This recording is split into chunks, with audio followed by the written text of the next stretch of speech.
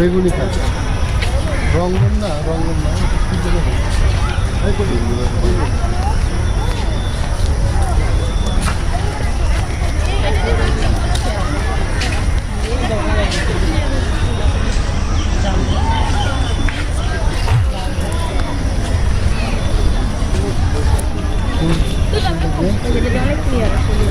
তুলো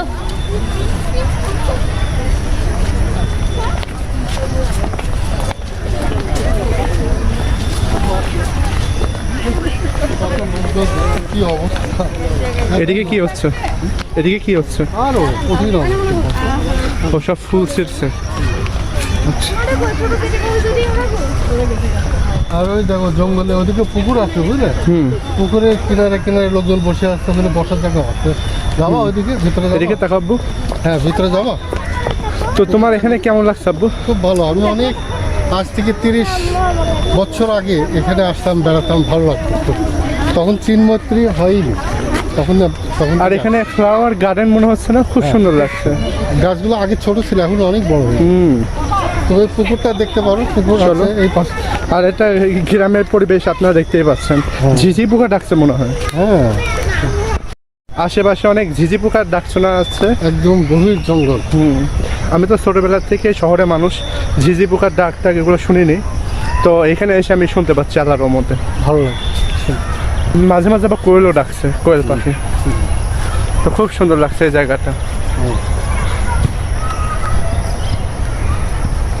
এই যে পুকুর আছে সামনে, চলো। এই যে তোমার আঙ্কেলটা ঈদের ছুটি যায়নি,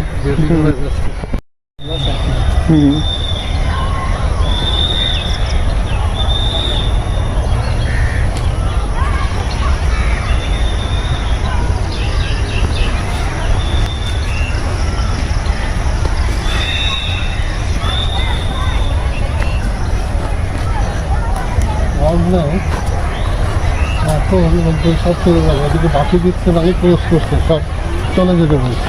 আচ্ছা, বুঝছো?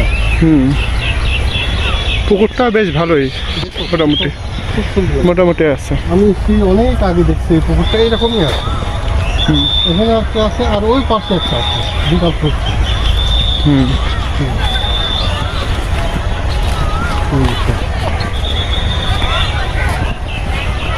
এই যে পুকুরটা দেখলাম, আর এখন মনে কোনো রেস্ট্রিকশন হচ্ছে, যেটা এখানে আর কাউকে থাকতে দিচ্ছে না। হয়তো বিকাল হয়ে গেছে, জায়গাটা অফ হয়ে যাবে। আমার মনে হয় সন্ধ্যা 5:30 না 6টার পরে দেখি তো কখন ওইরকম 5:30টার দিকে বন্ধ করে দেয়, 6টার দিকে। তো সামনে আরো ভিড়, ওগুলো আপনাদেরকে দেখুন। চলো।